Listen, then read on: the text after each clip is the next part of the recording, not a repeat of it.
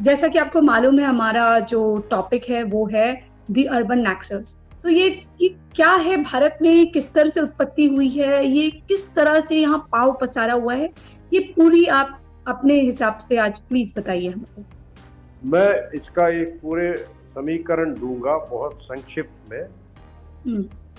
देखिए, अर्बन नक्सल एक ऐसा ग्रुप है, वो आपको एकेडमिशिया में भी मिलेंगे, सुप्रीम कोर्ट जुडिशरी में और ब्यूरोक्रेसी में मिलेंगे, ओपिनियन मेकर्स हैं, इन्फ्लुएंसर्स हैं, फिल्म क्रिटिक्स हैं, आर्टिस्ट हैं, ऑथर्स हैं, सब में मिलेंगे। सॉरी, ये क्या है कि जब हमारा भारतवर्ष किसी भी महत्वपूर्ण विकास के द्वार पर पहुंचता है या किसी भी किसी बहुसंख्यक समुदाय के पक्ष पे अंदर न्याय की बात करता है, विभाजनकरण करने के लिए ये लोग हाथ उठा के खड़े हो जाते हैं। यही है ये अर्बन नक्सल।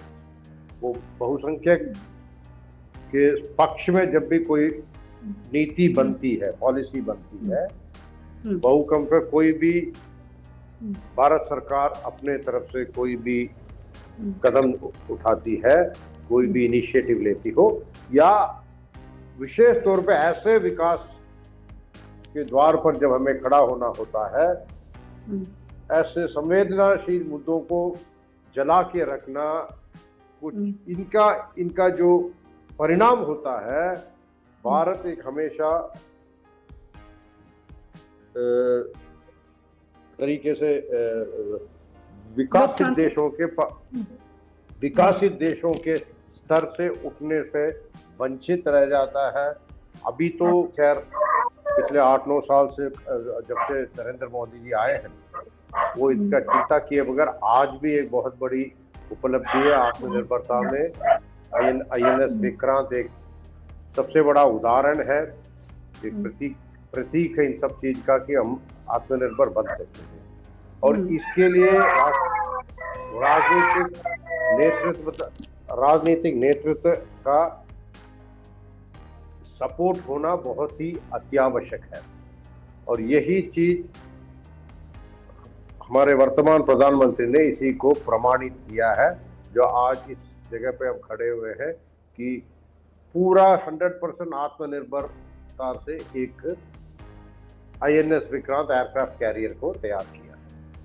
तो ये एक उदाहरण के तौर पे आपको मैं एक झलक दिखा रहा हूं, ताकि इसका एक ट्रेलर दिखा।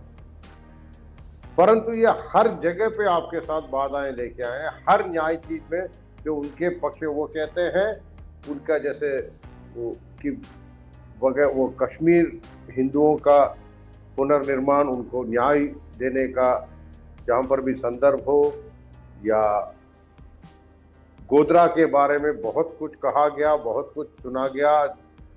अल्टीमेटली सुप्रीम कोर्ट ने, सर्वोच्च न्यायालय जब जून 2022 में तीस्ता शिथिलवाद के बारे में और उसके संस्थाओं के बारे में जब निर्णय सुनाया था अपना आदेश में, तो उनसे काफ़ी लोगों को संतुष्टि नहीं हुई। वो सोच रहे थे कि ये बहुत ठीक नहीं है, परंतु उसका निष्कर्ष को किसी ने नहीं जांचा। इसका निष्कर्ष ये था कि तीस्ता शिथिलवाद के जो भी NGO संस्थाएं थी, उसमें कहाँ से पैसा आया है, उन्होंने क्या किया, कैसे भारत के अन्य समुदायों के बीच में एक अप्रियता प्रयास करने की पूरे प्रयास किया। और इसके फलस्वरूप गोधरा या कुछ भी इसका परिणाम हुआ हो, परंतु एक चीज है कि ये जितने भी अर्बन नक्सल्स हैं, गोधरा के पूर्व होने के बाद जो दंगे हुए थे अहमदाबाद में, गुजरात में, अन्य स्थलों में, उसके बारे में तो खूब चर्चा करते हैं, मगर साबरमती एक्सप्रेस के ऊपर आग लगाई गई थी, S5 S6 कोच को जलाया गया था जिसमें कार सेवक आ रहे थे। और उसके लिए एक बहुत महत्वपूर्ण तत्व मैं बताता हूँ, इसके बारे में मैंने अपने किताब में भी चर्चा किया है कि 140 लीटर पेट्रोल एक गोधरा स्टेशन के सामने अमन गेस्ट हाउस में स्टोर किया हुआ था। ये प्री प्लान्ड था और वहाँ से लेके पहले गाड़ी चलने लगी, तब तक पेट्रोल स्टेशन प्लेटफॉर्म तक नहीं पहुंचे तो चेन खींची गई। चेन खींचने के बाद ये S5 S6 कोच में लगभग 59 कार सेवक सफर कर रहे थे, उनको जल के राख हो गए। और इसी के तुरंत बाद जो भी हुआ था वो बहुत ही ठीक नहीं था, वो बहुत ही दुर्भाग्यपूर्ण था। परंतु उसमें भी इन्होंने काफी कुछ सियासत की, राजनीतिक षड्यंत्र कई चीज के। जी, तो आप इन लोगों के हाव भाव अगर देखेंगे, चीजें देखेंगे, तो सारी चीजें आपको एक सी लगेगी। वो चाहे इनके लुक वाइज आंखों में लगा हुआ सुरमा क्यों ना हो, जो नेगेटिव होता है वो जल्दी फैलता है, क्योंकि जो पॉजिटिव लोग होते हैं उनकी अवेकनिंग और जो उनका नंबर है वो कम होता है। क्योंकि अधिकतर आपने देखा भारत में ही, अगर आप भारत के परिप्रेक्ष्य में अगर बात करें, या क्योंकि अभी अभिष्कर पूछ रहे हैं कि जो ये लोग हैं, जो नेगेटिव एस्पेक्ट्स के लोग हैं, जो अर्बन, जिनको नक्सलाइट वगैरह बोला जा रहा है, लेफ्ट प्रोपेगेंडा, इतनी जल्दी भारत में या विश्वव्यापी तौर पे कैसे फैल जाता है, ये इनका प्रश्न है। तो उसका जवाब मैं भी दे रही हूँ, क्योंकि इतने दिनों से ये सब चीजें मैं देख रही हूँ, समझ रही हूँ। क्योंकि हर किसी को उनके मुताबिक एक कानून समझा देना, जैसे जो जंगल में नक्सल है उनको समझा देना कि तुम्हारे हिसाब से चलेगा अगर पावर हमारे पास आ गई। अब ये कौन से अच्छे लोग होंगे जो बिल्डिंग के निर्माण के लिए, या हॉस्पिटल की जाती सड़क के लिए, या फ्लाईओवर को निश्चित नाबूद करने पर अपनी बातों का वर्चस्व रखना चाहते हैं, मतलब अपनी एग्जिस्टेंस और अपनी बात वो इस तरह से मनाना चाहते हैं कि वो जिस गांव के लिए, जिस जंगल जमीन के लिए वो लड़ रहे हैं, जो कहते हैं, वहीं के निर्माण और डेवलपमेंट को वो निश्चित नाबूद करते हैं। ये कैसा डेवलपमेंट है? और अपने ही देश के लोगों को, जो वहां के लोग भी भर्ती हुए हैं सेना में, उनको ही खत्म कर देना, या गांव वालों को निशाना बना के उनको डराना धमकाना, और फिर पाकिस्तान के द्वारा दिए गए हथियार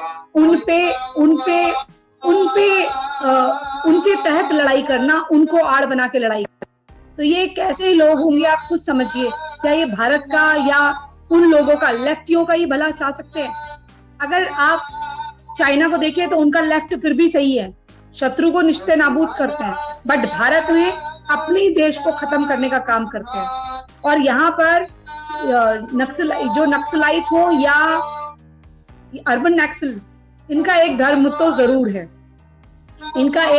जरूर है, वो इनका एब्राहमिक कल्ट से रिलेटेड ही आता है। अगर आप इनको देखें तो जैसे चाइना में अगर आप हिंदुइज्म प्रैक्टिस कर रहे हैं तो आपको कोई प्रॉब्लम नहीं करता, लेकिन बाकी चीजों से उनको प्रॉब्लम है, ठीक है।